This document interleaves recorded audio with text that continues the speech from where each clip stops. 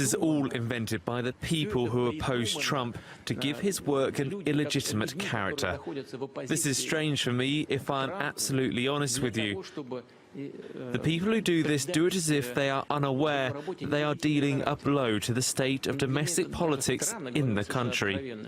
Capitol Hill is on edge over whether Special Prosecutor Robert Mueller will announce charges against Donald Trump for colluding with Russia to steal last year's election. 4 officials have already been indicted, and the White House in recent weeks has gone on the offensive. Trump, along with several Republican lawmakers, have accused Mueller of bias and employing improper tactics. The latest, that Mueller illegally obtained thousands of emails from Trump officials. Democrats are openly worried that Trump is preparing to fire the special prosecutor, and liberal groups, along with a former attorney general, have called for mass protests if that happens. Well, to take us through this and more, I'm joined by writer Luke Harding. He's the author of the new book, Collusion, Secret Meetings, Dirty Money, and How Russia Helped Donald Trump Win. Good to talk to you. I'm going to park off Mueller a little bit here because, of course, you know, the White House has got Mueller sweating, Mueller's got the White House sweating, and that's doing its own thing. But I'm very interested in what your book actually says or purports to say.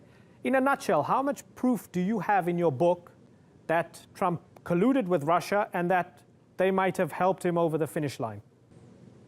Well, I think to understand the extraordinary events of 2016, the American presidential election, you have to kind of go back in time to the Cold War and to the fact that Donald Trump has been engaging with Russia and indeed the Soviet Union for at least 30 years. And we have secret meetings last year, as my book suggests, but we also have Donald Trump flying to Soviet Moscow as far back as 1987 to discuss hotel deals. And I think what's pretty clear is that the Kremlin, in its current incarnation, but also in its sort of past incarnation, have spent considerable time and effort getting close to Donald Trump and getting close to people around him. Okay, so the Kremlin got close to Donald Trump and close to people around him, but that doesn't mean that they colluded and that they helped him steal an election, does it? Well, I mean, there's a kind of abundance of proof here already in the public domain, separate to what Mueller may or may not find. Bear in mind, we already have US intelligence agencies which say the Kremlin hacked Democratic Party emails last year explicitly with the purpose of helping Donald Trump and chopping the legs off Hillary Clinton. That was very effective.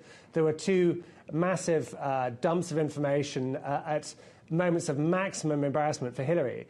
But additionally, what we now know, thanks to Mueller and thanks to kind of newspaper reporting, is that people from Trump's team, including his son, Donald Trump Jr., met with a lawyer from Moscow who was promising incendiary information which would help Trump again. We know of other plots as well involving my town, London, and a foreign policy aide called George Papadopoulos.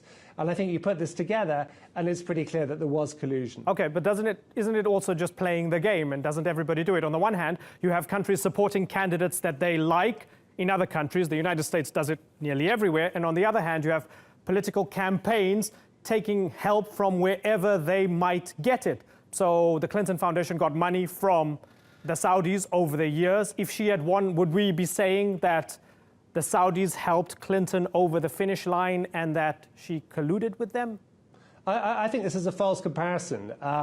What we're talking about here is with Watergate, with the famous scandal that brought down Richard Nixon, and the cover-up afterwards in the 1970s, we had one group of Americans smearing another group of Americans, Republicans smearing Democrats, if you like. What we now have here is something totally different. We have one group of Americans, Donald Trump and his entourage, essentially kind of inviting in assistance from a foreign power, from a powerful sovereign state that has traditionally been very hostile to Washington and moreover, which is led by a former KGB guy, a former sort of Secret Service guy. And that's completely different. A lot of people hack information. That's happening all the time. But I think what we saw last year was a deliberate attempt to shove this stuff into public space and to influence the election result. Okay. Look, even if everything in your book is absolutely solid, would you accept that within the zeitgeist within the US right now, particularly amongst liberals, amongst Democrats, there's a bit of Russia hysteria and Trump denial? So there's a feeling that Americans couldn't possibly have voted for Trump of their own volition. So Russia must have helped him do it, and therefore we are absolved of bringing this odious character in their eyes to the White House. And would you accept maybe that things like your book would be used as a tool in order to advance that agenda? You're right, insofar as millions of people voted very sincerely for Donald Trump. We have to acknowledge that, that he had enormous kind of grassroots support from people who were fed up with the establishment and fed up with what you might call austerity after 2008.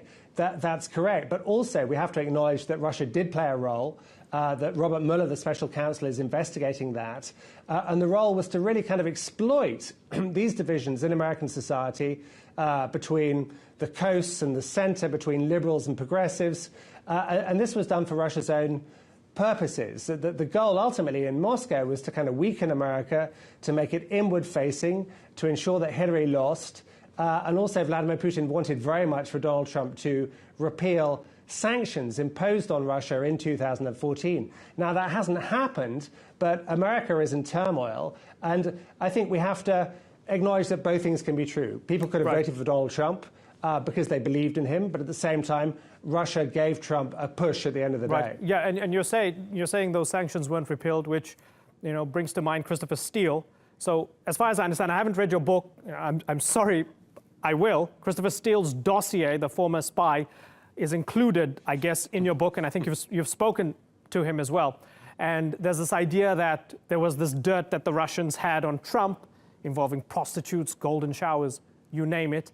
And that's why the Russians had this sort of control over Donald Trump, because of dirt that they might have had over him. But my question then is, 1 year on, what evidence is there as commander-in-chief over the past year that he has been doing Russia's bidding? Because the sanctions are standing, he slapped new sanctions, on Ukraine he's been talking tough.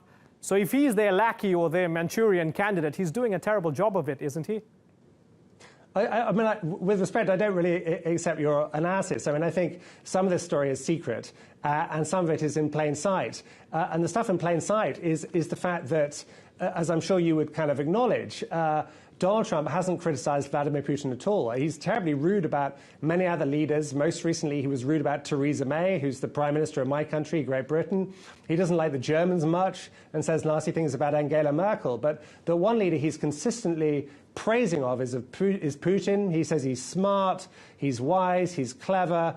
And you can tell from the body language whenever they meet, whether it's in Hamburg this summer, in Vietnam a couple of weeks ago, or the 2 phone calls they've had in the last 4 days, there's a kind of effusive relationship. Now how does one explain that? And the dossier by Christopher Steele, which I think is broadly correct, doesn't mean it's right 100%, but I think overall he got it right, is that the Kremlin and Putin do indeed have compromising stuff on Donald Trump, I suspect, going back a very long way, and this gives them kind of leverage.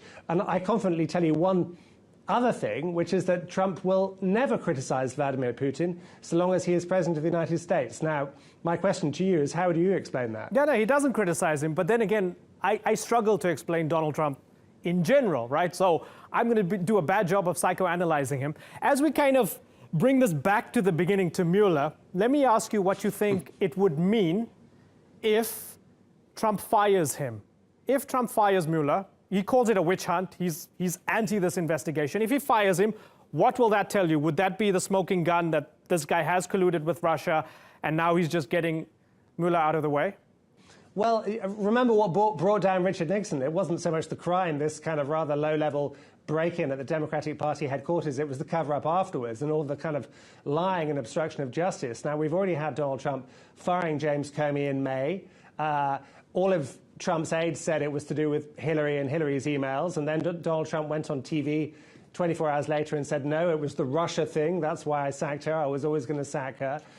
So I think if he fires Mueller, we will be in new and troubling and dark territory. I think this will create an enormous political and kind of constitutional crisis. And even for those who are skeptical of this whole Russia story, I think will show that Trump has got something to hide. Because if, as he says, he's blameless, there's nothing to see here, move along, guys, all fake news, then he can let Mueller report and conclude that there's nothing.